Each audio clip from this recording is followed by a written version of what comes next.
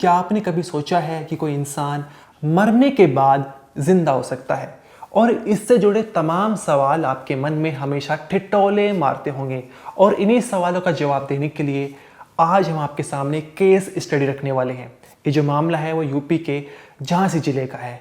यहाँ पर एक बुजुर्ग महिला 90 साल की, जिनका नाम माया देवी है। आप स्क्रीन की साइड में चल रहे विजुअल्स में उस बुजुर्ग महिला को देख भी सकते हैं कि कितनी हालत जो है वो खराब है। और शुक्रवार यानी 4 जुलाई को अचानक इन दादी की सांसें थम जाती है। परिवार वाले जो होते हैं वो पास में ही कंपाउंडर को बुलाते हैं। वो दादी की नब्ज चेक करता है और बताता है कि दादी की मौत हो चुकी है। वो दादी को मृत घोषित कर देता है। परिवार में एक तरह से मातम छा चुका था, सन्नाटा पसर गया था और परिवार वालों ने रिश्तेदारों को फ़ोन कर दिया था।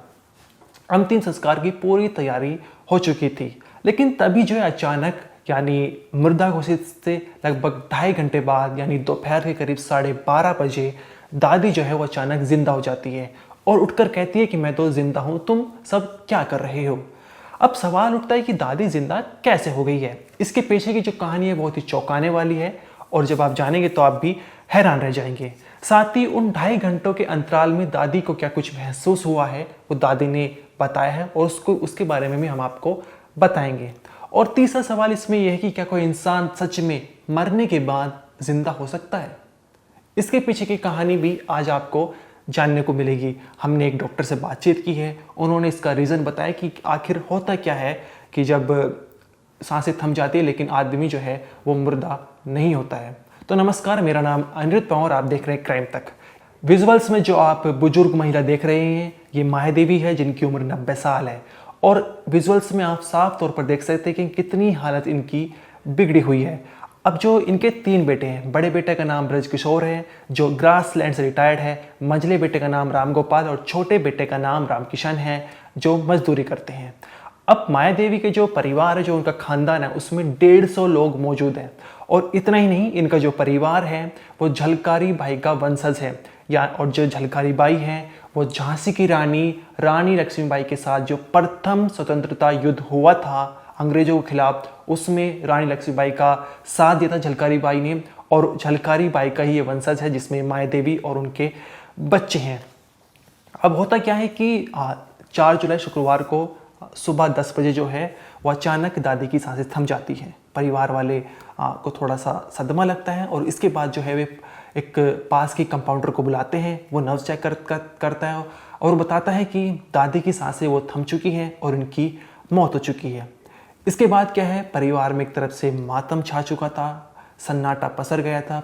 सभी परिवार वालों ने रिश्तेदारों को फ़ोन कर दिया था कि 90 साल की जो माया देवी है उनकी मौत हो चुकी है। एक तरह से देखें तो पूरा शरीर ठंडा पड़ चुका था, उनके शरीर में कुछ भी एक्टिविटी नहीं दिखाई दे रही थी, जिसके चलते ही अंतिम संस्कार की जो प्रक्रिया है वो सारी शुरू होने चुकी थी। अगरबत्ती साइड में रख दी गई थी दादी के और दादी को बिस्तर से ज़मीन पर लेटा दिया गया था। इसके बाद जो है 2.5 घंटे बाद 12:30 बजे जो बड़ा बेटा होता है ब्रजकिशोर, वो दादी के शरीर पर गंगा जल छिड़कता है कि ये अंतिम संस्कार की एक प्रक्रिया है और उसके तहत ही वो गंगा जल उनके शरीर पर छिड़कता है। लेकिन जैसे ही गंगा जल जो है दादी के शरीर पर पड़ता है तो उनकी आंखें खुल जाती है और सांसें चलने लगती है।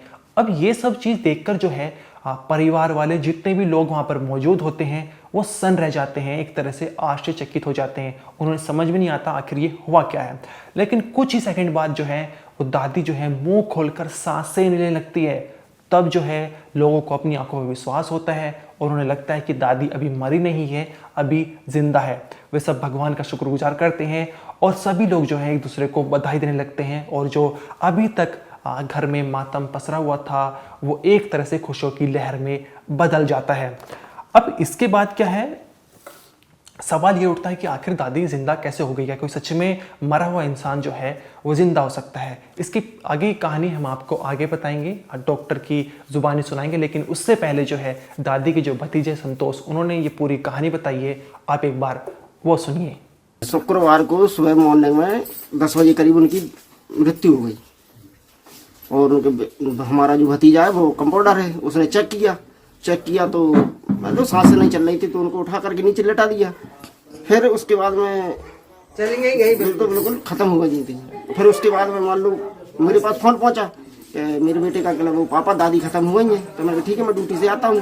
बस 1:30-2 बजे फिर फोन आया, चले पापा वो दादी जिंदा हो गई हैं।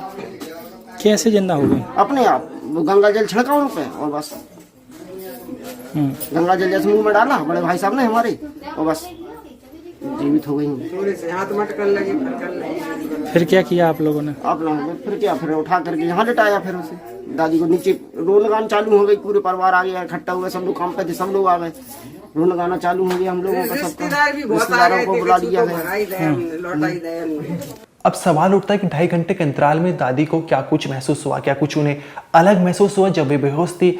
तो दादी ने जब उनकी आंखें खोली, जब उनकी सांसें चलने लगी, तो उन्होंने बताया कि उन्हें कुछ ऐसा अलग महसूस नहीं हुआ। उन्हें ऐसे ही लग रहा था जैसे कि वे सोई हुई हैं। बस उन्होंने एक अजीब सी चीज़ कही। उन्होंने कहा कि मुझे लग रहा कि मेरा हाथ टूट चुका है। बस एक ही वाक्य अजीब था, इसके अलावा ऐसा कुछ अजीब नहीं था जो एक तरह से सोने के अलावा हो।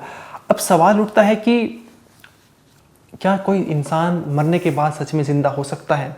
तो यहाँ पर जो डॉक्टर हैं उन्होंने कहा है कि कभी कभी मरीज को क्या होता है कि न्यूरोमेटिक शॉक लग जाता है, और इसमें जो इंसान होता है वो बिल्कुल मृत जैसा हो जाता है। उसके जो सांसें बिल्कुल थम सी जाती है, लेकिन जो हार्ट होता है वो धीरे धीरे धड़कता रहता है। और हो सकता है कि जो डॉक्टर भी इस चीज़ को महसूस ना कर पाए। और उन्होंने जो परिवार वाले थे उन्होंने तो एक कंपाउंडर के बुलाया था, जो एक तरह से शायद हो सकता है उसके पास कोई डिग्री भी ना हो। अब इसके बाद जो है जब भी ये न्यूरोमेटिक शॉक टूटता है किसी एक्टिविटी से, जैसे उन्होंने गंगा जल छिड़का कोई पानी से, ये न्यूरोमेटिक शॉक टूट जाता है, और जिसके चलते हो सकता है कि दादी की आंखें खुल गई और दादी जो जिंदा हो, लेकिन दादी मरी नहीं हो। साइंस ये कहती है कि मरने के बाद कोई भी इंसान जिंदा नहीं हो सकता है। तो यहाँ पर जो ये पूरा मामला है, यहाँ पर ये निकल कर आया है कि दादी मरी नहीं थी। शायद उन्हें हो सकता है कि इस तरह का न्यूरोमेटिक शॉक जो लगा हो, और जिसके चलते उनका जो हार्ट वो धीरे धीरे काम करने लग गया हो। लेकिन जैसे ही गंगा जल छिड़का गया तो वो न्यूरोमेटिक शॉक टूट गया, और जिसके चलते जो दादी वो की आंखें दोबारा खुल गई है। महिला जिंदा होने का मामला आया है, क्या है मामला? क्या लगता है कि मरकर लोग जिंदा हो सकते हैं क्या? देखिए, ऐसा तो संभव नहीं है। हमारा विज्ञान कहता है ये संभव नहीं है। अगर किसी डॉक्टर ने डेथ डिक्लेयर की है जांच करने के बाद, तो ऐसा होना संभव नहीं है। हाँ, कभी कभी क्या होता है कि सर्कुलेटरी शॉक होता है अचानक, जिसमें जैसे हम कहते हैं गस्त आना या झमा टाइप का, जिसे कहते हैं लोकल लैंग्वेज में, उसमें पेशेंट को ब्रेडिकार्डिया हो जाता है, पेशेंट को सुस्त हो जाता है व्यक्ति, और कुछ समय तक अचानक जब उसको कोई झटका लगता है तो वह नॉर्मल हो जाता है। व्यक्ति जन सामान्य समझते हैं कि वो पेशेंट एक्सपायर हो गया है, व्यक्ति एक्सपायर हो गया। एक्चुअली वो एक्सपायर नहीं हुआ होता है, वो शॉक की कंडीशन में होता है। तो मुझे ऐसा लगता है कि जो केस आप बता रहे हैं ये ऐसा ही रहा होगा, शॉक की कंडीशन में रहा होगा, क्योंकि ओल्ड एज है तो लोगों ने समझा वो मृत्यु हो गई। लेकिन जब उसके ऊपर पानी वानी छिड़का गया अचानक, तो वो होश में आ गई और लगा कि वो दोबारा जीवित हो गई, जबकि हमारी साइंस कहती है ऐसा संभव नहीं है।